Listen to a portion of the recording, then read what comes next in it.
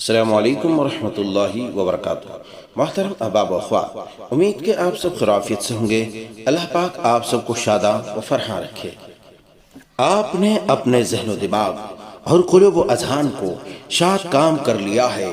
سیدنا حضرت سعد ابن ابی وقاص رضی اللہ تعالی عنہ کی سیرت طیبہ کی 3 اقساط سماعت فرما کر آپ کی خدمت میں ہم پیش کر رہے ہیں سیدنا حضرت سعد بن ابی وقاص رضی اللہ تعالی عنہ کی سیرت طیبہ کی 4تھی قسط۔ حضرت سعد بن ابی وقاص رضی اللہ تعالی عنہ مبارک فتوحات کے سفر پر مسلسل گامزن رہے۔ جلولہ ذی القعدہ سن 16 ہجری کو ان کی قیادت میں فتح ہوا۔ اس میں بھی مسلمانوں کو بہت زیادہ مال غنیمت ہاتھ لگا۔ جلولہ کی فتح کو فتوحات کی سردار قرار دیا گیا ہے، اس لیے کہ مسلمانوں کو اس فتح سے کثرت سے مال و دولت ہاتھ لگا اور ایرانیوں اور مجوسیوں کی جماعتیں ہل گئیں اور حوادث زمانہ کا شکار ہو گئیں۔ شہسوار اسلام سیدنا حضرت سعد بن ابی وقاص رضی اللہ تعالی عنہ کے فتوحات اسلامیہ میں بڑے بڑے عظیم کارنامے ہیں، جن میں سے چند ایک کارنامے بطور نمونہ ہم نے پیش کیے ہیں تاکہ شہسوار اسلام، فاتح ممالک، فاتح ایران سیدنا حضرت سعد ابن ابی وقاص رضی اللہ تعالی عنہ کی سیرت کی چند جھلکیاں واضح طور پر دیکھی جا سکی۔ سیدنا حضرت عمر بن خطاب رضی اللہ تعالی عنہ کو خنجر مارا گیا تو سعد ابن ابی وقاص رضی اللہ تعالی عنہ ان 6 اصحاب شورا میں سے ایک تھے جو حضرت عمر رضی اللہ تعالی عنہ نے یہ وصیت کی تھی کہ اگر سعد ابن ابی وقاص خلیفہ نہ بنے تو جو بھی خلیفہ منتخب ہو وہ اس سے تعاون ضرور حاصل کرے۔ حضرت عمر بن خطاب رضی اللہ تعالی عنہ امیر المومنین خلیفۃ المسلمین کے بعد ایسے ہی ہوا۔ حضرت سعد رضی اللہ تعالی عنہ کے انوار اخلاقیات کے بحر بے کراں سے چند قطرے ہم آپ کے تشنگی کے حوالے کرتے ہیں۔ اگر سیدنا سعد ابن ابی وقاص رضی اللہ تعالی عنہ کے اخلاق و فضائل کو شمار کرنے لگیں تو ان کے فضائل و مناقب ہمیں اپنے دامن میں ڈھانپ لیں گے۔ ان کی سیرت نگاری کے لیے تو سینکڑوں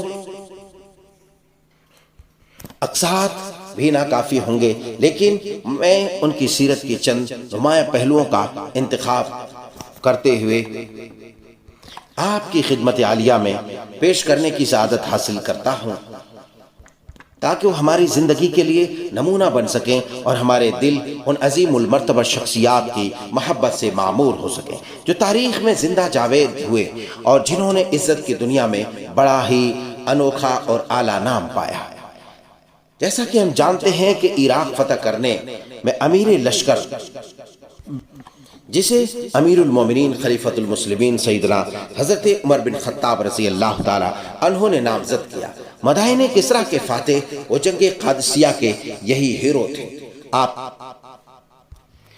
جنگ قادسیہ کے حالات کو اگر پڑھیں گے تو بخوبی آپ کو معلوم ہوگا۔ سیدنا حضرت سعد رضی اللہ تعالی عنہ نے کوفے کو آباد کیا، اجمیوں کو وہاں سے نکالا اور حضرت عمر رضی اللہ تعالی عنہ اور حضرت عثمان بن عفان رضی اللہ تعالی عنہ کی خلافت میں کوفے کے گورنر رہے۔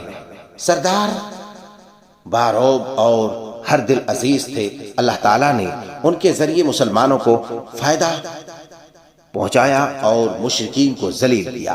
سیدنا حضرت سعد بن ابی وقاص رضی اللہ تعالی عنہ مشہور و معروف عالم دین، فاضل گرامی اور ان فقیہ صحابہ کرام علیہ رضوان میں سے تھے جنہوں نے علم و فقہ اور معرفت اسلامیہ میں بڑا ہی اونچا مقام حاصل کیا۔ بلکہ حضرت سعد بن ابی وقاص رضی اللہ تعالی عنہ ان مشہور و معروف علماء صحابہ میں سے تھے جنہوں نے رسول گرامی صلی اللہ علیہ وسلم کی احادیث مبارکہ کو زبانی یاد کیا۔ انہوں نے رسول اللہ صلی اللہ علیہ وسلم سے 270 احادیث روایت کرنے کا شرف حاصل کیا۔ ان میں سے بخاری اور مسلم میں 38 احادیث مذکور ہیں۔ ان میں سے 15 احادیث ایسی ہیں جن پر امام بخاری اور امام مسلم علیہم الرحمہ کا اتفاق ہے۔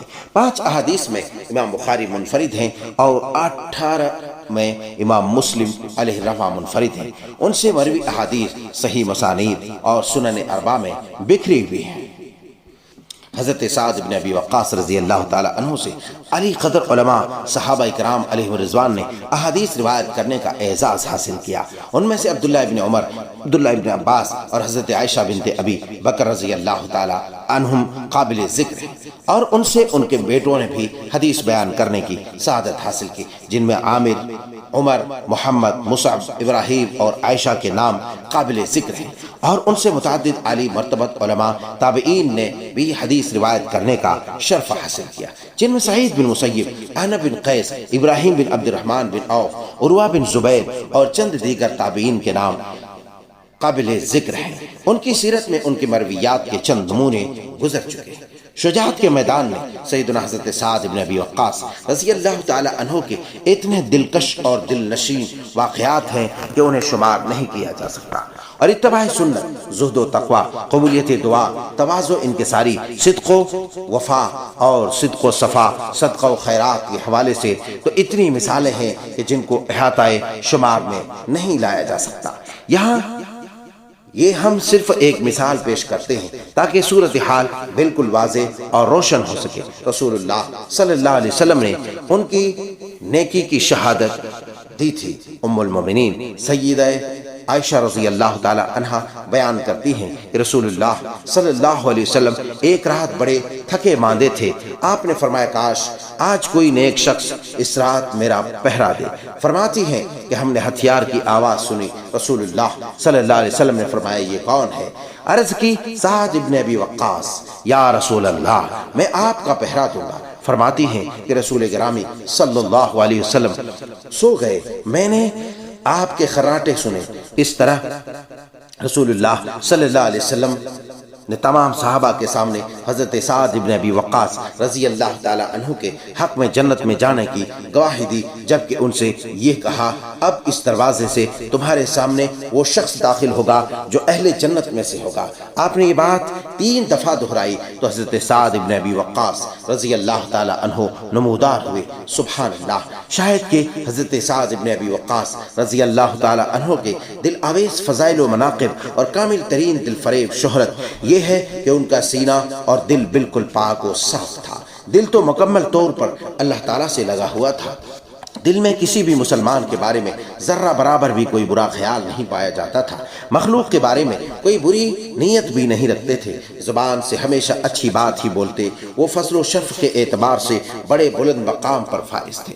عالی مرتبہ صحابہ کرام علیہم الرضوان ان کی عادت پر رشک کرتے تھے۔ رسول اللہ صلی اللہ علیہ وسلم نے حجۃ الوداع کے موقع پر حضرت سعد ابن ابی وقاص رضی اللہ تعالی عنہ کے حق میں یہ دعا ارشاد فرمائی، اللہم اذہب عنہ الباس الہ الناس الہ الناس مالک الناس انت الشافی لا شافی لہ الا انت بسم اللہ ارقیک من کل شیء یؤذیک من حسد وعین اللہم اصحی قلبہ وجسمہ واکشف سقمہ واجب دعوتہ۔ سبحان اللہ، الہی ان کی بیماری کو ختم کر دے۔ لوگوں کے معبود حقیقی، لوگوں کے مالک تو ہی شفا دینے والا ہے، انہیں تیرے سوا کوئی شفا دینے والا نہیں ہے۔ میں اللہ کے نام سے تجھے دم کرتا ہوں ہر اس چیز سے جو حسد یا آنکھ لگنے کی صورت میں تجھے تکلیف دیتی ہے۔ الہی اس کے دل اور جسم کو صحیح کر دے اور اس بیماری کو ختم کر دے اور ان کی دعا کو شرف قبولیت عطا فرما۔ سبحان اللہ، حضرت سعد بن ابی وقاص رضی اللہ تعالی عنہ مستجاب الدعوات تھے۔ جو دعا بھی کرتے اللہ اسے جلد ہی شرف قبولیت سے نواز دیتا۔ حوالے کی کتابوں میں اس سلسلے میں بہت سے واقعات مذکور ہیں۔ اس کا تعلق بھی دلائل نبوت سے ہے، کیونکہ حبیب کبریا جناب محمد رسول اللہ صلی اللہ علیہ وسلم نے ان کے حق میں مستجاب الدعوات ہونے کی دعا کی تھی، اور وہ ایسے ہیں کہ صلاح الدین صفدی اپنی کتاب نقطۂ ہمیانہ میں رقم تراز ہیں کہ حضرت سعد بن ابی وقاص رضی اللہ تعالی عنہ کو جنگ قادسیہ کے دوران ایک گہرا زخم لگا، جس کی وجہ سے فتح کے وقت وہ حصہ نہ لے سکے۔ اس موقع پر بھرتی کرتے ہوئے بنو بجیلہ کے ایک شخص نے یہ شعر کہے، الم تر ان اللہ اظہر دینہ وسعد بباب القادسیہ موسم فأبنا وقد آمت نساء کثیرہ ونسوۃ سعد فیہن ایم، کیا آپ نے نہیں دیکھا کہ اللہ تعالیٰ اپنے دین کو غالب کر دیا اور سعد قادسیہ کے دروازے پر زخموں پہ پٹی باندھے پڑا؟ ہم اس حال میں لوٹے کہ بہت سی عورتیں بیوہ ہو گئیں، لیکن سعد کی عورتوں میں سے کوئی بھی بیوہ نہ ہوئی۔ یہ ایک قسم کی بھکتی تھی جسے حضرت سعد بڑے قبیدہ خاطر ہوئے۔ الہی اس کے ہاتھ اور زبان سے ہمیں بچا لیجئے۔ اچانک ایک تیر اس کے ہاتھ کو لگا جس سے ان کا سارا ہاتھ سوکھ گیا۔ ان کی دعا کی قبولیت کا ایک یہ واقعہ مذکور ہوا ہے۔ ہوا یہ کہ ایک شخص نے حضرت علی، طلحہ اور زبیر رضوان اللہ عنہم جمیعہ کو گالی دی۔ آپ نے سن لیا، انہیں منع کیا کہ ان بزرگ ہستیوں کو گالی نہ دو۔ وہ باز نہ آیا، آگے سے کہنے لگا، تم تو مجھے نبی کی طرح ڈانٹ پلا رہے ہو۔ اللہ اکبر۔ یہ سن کر حضرت سعد نے کہا، الہی اگر تو جانتا ہے کہ اس نے ایسے لوگوں کو گالی دی ہے جن کی نیکیاں تیرے پاس پہنچ چکی ہے اور انہیں گالی دینا تیری ناراضگی کا باعث، تو تو اسے آج ایسا سبق سکھا جو دنیا والوں کے لیے عبرت کا نشان بن جائے۔ ایک بلبلاتی اور جھنکارتی ہوئی اونٹنی آئی اور اس نے اسے اچک لیا اور خوب جھنجھوڑا یہاں تک کہ وہ مر گیا۔ حضرت سعد بن ابی وقاص رضی اللہ تعالی عنہ کے فضائل و مناقب میں یہ بھی شامل ہے کہ حضرت عثمان رضی اللہ تعالی عنہ کے قتل کے بعد لوگوں میں اختلافات پیدا ہو گئے تو یہ گوشہ نشیں ہو گئے، بلکہ انہوں نے اپنے اہل خانہ کو حکم دیا کہ ایسے لوگوں کے بارے میں کچھ نہ بتانا جب تک کہ امت ایک امام پر متفق نہیں ہو جاتی۔ وہ فرمایا کرتے تھے، ان حالات میں میرے خیال میں مجھ سے بڑھ کر خلافت کا کوئی حقدار نہیں۔ میں نے اس وقت جہاد کیا جب میں جہاد کا حقیقی مفہوم جانتا تھا۔ اگر کوئی شخص مجھ سے بہتر ہے تو اپنے آپ کو ہلاکت میں